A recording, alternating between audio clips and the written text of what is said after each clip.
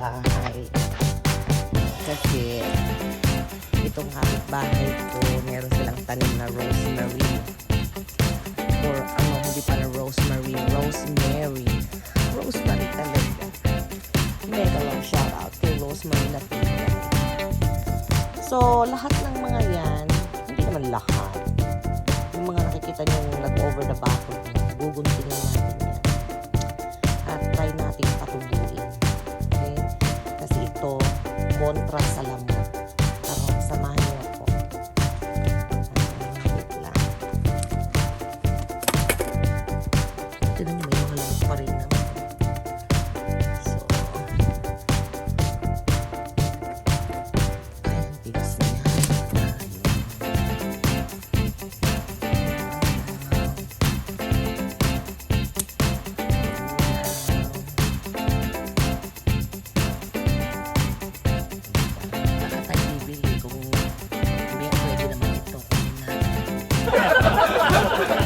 Mahal kasi ito guys.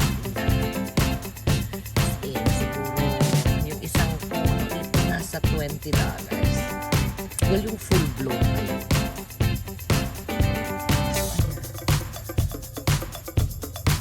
Okay na yan. So ngayon, ang gagawin ko is aalisin ko yung mga nandiyan. Ipapakita ko sa inyo. Tara, ilagay natin siya sa bote na may tubig. So ayan, ito siya sa lababo. So ang gagawin natin guys is huhubaran natin yung dulo nito. Yan, aalisin natin yung gamit ang bearing natin. Okay? Hold on, ipakita ko sa inyo.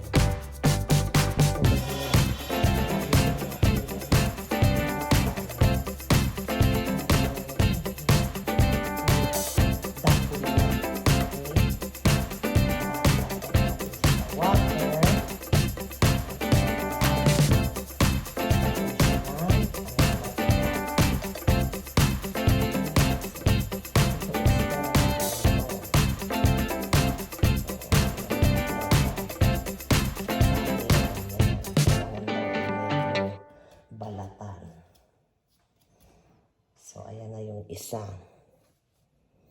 Tingnan natin kung ilan tong magkakaroon ng ugat. Kasi syempre, kinuha lang naman natin yung kung ano yung nausbong doon sa sa ating bakod. Yan. Tualisin ko yan. Kasi, actually, herb din ito na ginagamit sa pagluluto. Hindi ko nga lang alam kung saan. Napakabango niya guys, as in, super bango. Okay, and then, yan, ganyan. So, hopefully, tumubo ito para, di ang saya-saya, meron akong 4, di ba? Meron akong 4 na puno. Puno talaga. Tanim. Tagalog talaga ni Mami. Ibang klase. Ayan. So, ayan. Okay. So, naayos na natin. Ngayon, siyempre, huhugasan natin ito. At kailangan ay ibababad natin siya sa cold water.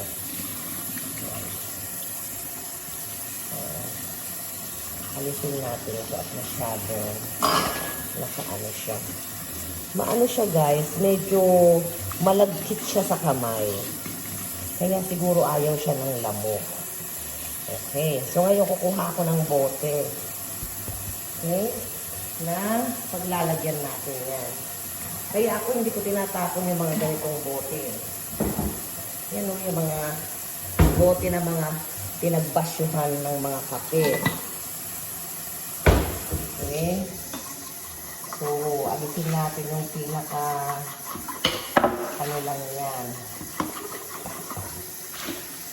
Ayan. So, tingnan natin. Lagyan natin ng super malamig na water. Okay, babad lang natin ito try natin ng 1 week. Okay? So, ganyan lang yan, guys. So, yan. Babad natin. So, tingnan natin kung mapapag-ugat ni Mami yan. Okay? Yan. So, kita nyo ha, walang ugat yan. Ayan guys, so as you can see, ito na yung after 1 week, after 7 days. Ayan, so kulang pa yung ugat para to make sure na ito ay mabubuhay. Paugatin pa natin. So ibabad ko pa rin siya ng another 7 days. Kasi ayan, nakikita nyo yun, oh. Yan, oh. Oh. Di ba papalabas pa lang yung kanyang mga ugat. So, ayan. O, diba? May mga ugat-ugat na siya. So, babatuloy natin ng another 7 days. Mamaya, pag medyo malilim, lilinisin ko to at dito natin itatanim yung ating rosemary. So, in between ng ating Irish. Bali, 4 naman yun. So, lalagyan natin dyan. Para meron tayong rosemary kontra lamok na halaman. Mainit pa ngayon guys. 105 degrees by far. So, wala akong balak matusta sa kainitan. As in, grabe ang init. So, mamaya natin linisin yan. Maya-mayang pag lumilim. Ayan. So, naalis na natin ang mga tuyong dahon ng ating Irish. Ayan, tuluyan ko ng pinudpod para pag nag-ugat na yung ating rosemary ay ilalagay po natin dyan sa mga bald spots. Ayan, as you can see, may mga bald spots po siya.